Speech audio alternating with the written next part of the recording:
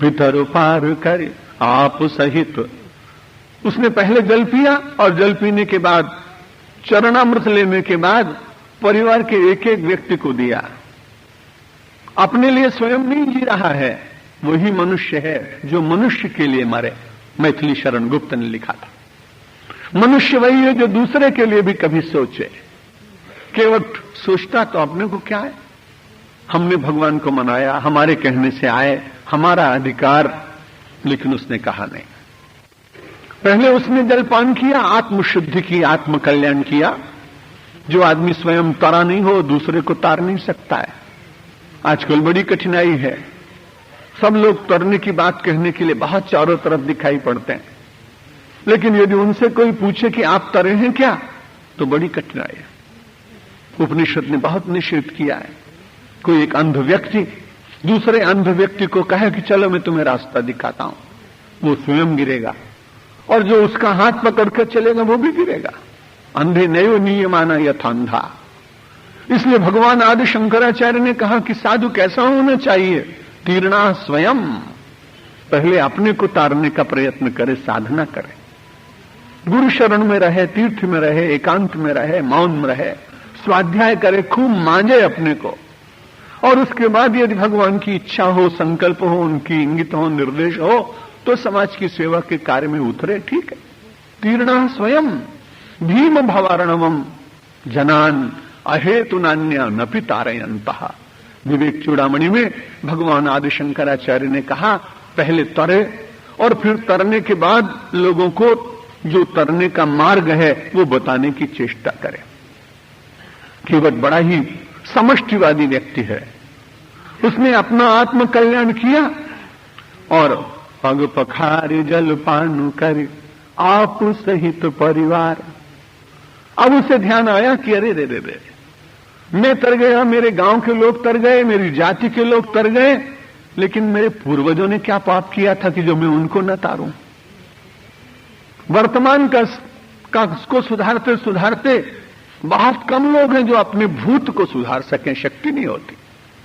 लेकिन वाह केवट, तुझे तो अपना भूत भी सुधारने का विचार मन में आ गया, और उसने तुरंत अपने पितरों का स्मरण किया। पितर पारी कर तर्पण करता है उस दिन। श्राद्ध का दिन नहीं है, लेकिन जिस दिन आदमी के मन में श्रद्धा उत्पन्न हो जाए वही श्राद्ध का दिन है। केवल आश्विन मास में ही श्राद्ध के दिन आते हैं, वो तो पारंपरिक हैं, लेकिन अपने महापुरुषों के प्रति, अपने पिता के प्रति, अपने श्रद्धेय के प्रति कोई अच्छा काम करने का मन में विचार जग जाए, मैं स्कूल बनाऊंगा, मैं पाठशाला बनाऊंगा, मैं लातूर में भूकंप आया है वहां सेवा करूंगा, और अपने पितर का स्मरण करके करे, तो सच्चा तर्पण तो भाई यही है। आज तो बड़ा अच्छा हुआ कि केवट के मन में विचार आया कि जिस पाद सेवन से मैं धन्य हुआ हूं, मैं अपने पितरों को भी धन्य क्यों न बनाऊं। और पितर पारी करे, फिर तर्पण करने लगा। अब ये बात है कि जब तर्पण करने का विचार आया तो केवट ने सोचा कि नहीं, किसी ब्राह्मण को बुला लेना चाहिए। तर्पण की विधि तो मुझे आती नहीं, इसलिए सामान्य व्यक्ति ने ऊंची जाति के आदमी को भी उस पुण्य में सम्मिलित किया। भगवान कह रहे हैं भाई जल्दी कर, पार ले चल। उसने कहा ब्राह्मण क्या मेरे बगल में बैठा हुआ है, गांव से बुलाऊंगा, आएगा, देर लगेगी, अक्षत लाएगा, चावल लाएगा, तिल लाएगा, कुशा लाएगा। महाराज चुपचाप बैठे रहो। याद करो कि जब आपके वर्षों तक लोग भजन करते हैं तब आप दर्शन नहीं देते। पार करने की बात तो बड़ी दूर की है। वो बेचारे रोते रोते थक जाते हैं वृंदावन में, अयोध्या में, काशी में, अपने घरों में। तब कहीं इतने आंखों से अश्रुपात होने के बाद कहीं क्षण मात्र के लिए अपनी पावन छवि का दर्शन कराते हो। आज मैं अच्छी तरह से अनुभव कराना चाहता हूं कि भक्त की पीड़ा क्या होती है।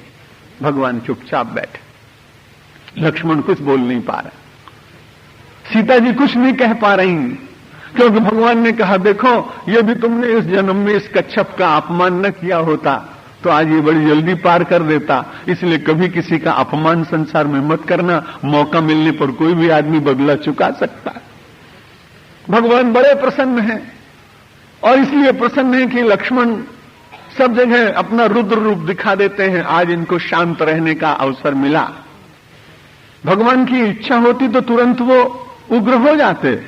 लेकिन लक्ष्मण जी का तो पूरा समर्पण परमात्मा की वृत्ति में है ना, परमात्मा की इच्छा में। इसलिए उन्होंने देखा कि ये सौम्य भाव से बैठे तो मुझे चुपचाप बैठा रहना चाहिए।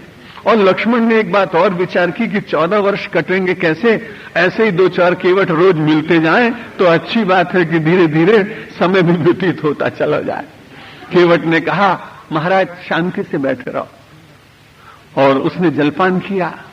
जलपान करने के बाद पितरों को पार किया।